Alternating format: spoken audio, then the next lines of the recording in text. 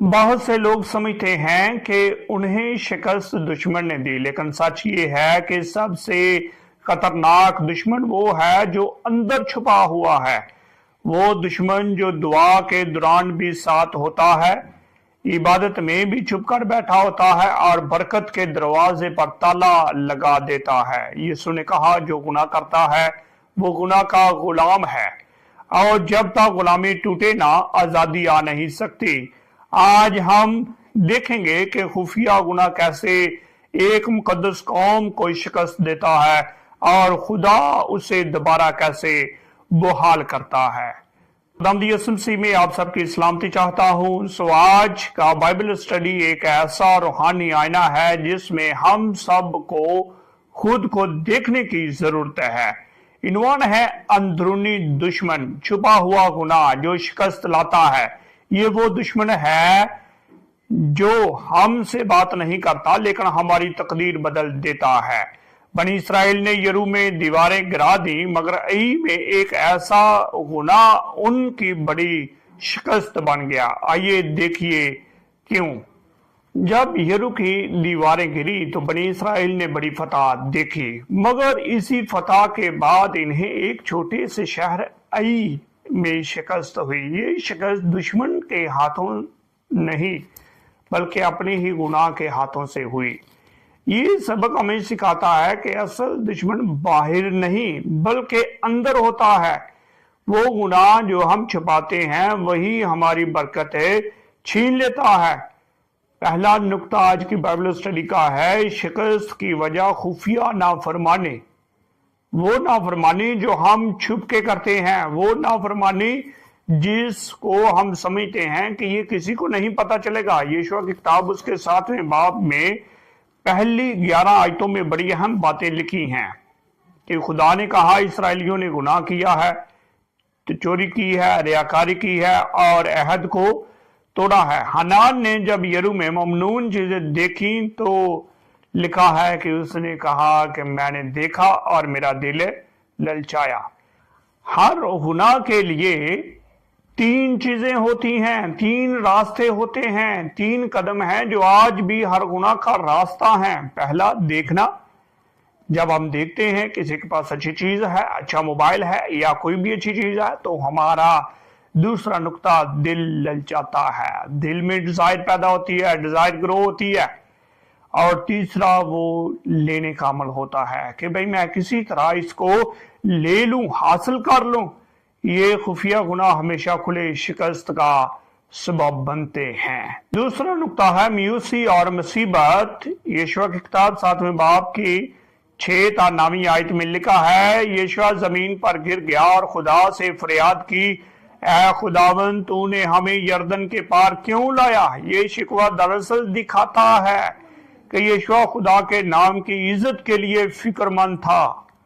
जब हम हार जाते हैं हमें ये देखना चाहिए कि कहीं हमारी जिंदगी में खुदा की इज्जत मजरू तो नहीं हो रही। देखे, ये यीशुआ का अमल बताता है कि जब वो मुसीबत में था, परेशानी में थे, तो उसने खुदा से मुआफी मांगी। खुदा से ये भी कहा कि तू हमें क्यों ले आया है। और तीसरा नुक्ता है बदकारी का इंकशाफ। यीशुआ की किताब 7वें बाब की 14वीं ता 20वीं आयत में खुदा ने बनी इसराइल से कहा कि कल तुम अपने अपने कबीला के मुताबिक हाजिर होना। फिर कुरानदाजी के जरिए हान का गुनाह जाहिर हुआ। हान के पास तौबा का मौका था लेकिन वो खामोश रहा। आखिरकार उसने इतराफ किया मगर माफी ना मांगी। इतराफ के बगैर तौबा बेमायनी है। यूहन्ना पहले बाब की 9वीं आयत में लिखा है, अगर अपने गुनाहों का इकरार करें तो वो हमारे गुनाहों के मुआफ करने और हमें सारी नाराजगी से पाक करने में सच्चा और आदल है। जब हम इकरार करेंगे तो फिर वो हमारे गुनाह को माफ करेगा। और यहां पर चौथा नुक्ता है गुनाह का नतीजा। 7वें बाब की 25वीं आयत से लेकर 26वीं आयत में हनान और उसका पूरा खानदान हलाक किया गया। देखिए गुनाह का नतीजा क्या निकला। जब आप गुनाह का इकरार करके माफी नहीं मांगते, तौबा नहीं करते, तो फिर यही अंजाम होता है कि बंदा हलाक हो जाता है, और वो हलाकत जो है वो पूरे खानदान का भी सबब बन जाती है। ये सच्चाई दिखाती है कि गुनाह सिर्फ करने वाले को नहीं बल्कि उसके घर को भी मुतासर करता है।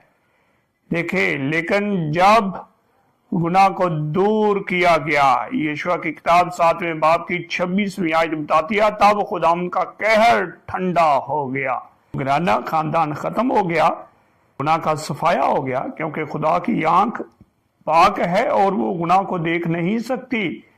इसलिए खुदा ने उस खानदान को मिटा दिया, खत्म कर दिया, और उसके बाद खुदा का कहर जो है वो ठंडा हुआ। जी, तो 5वां नुक्ता है दोबारा फतह। जब वो गुनाह खत्म हुआ तो खुदा ने उन्हें दोबारा बहाल किया।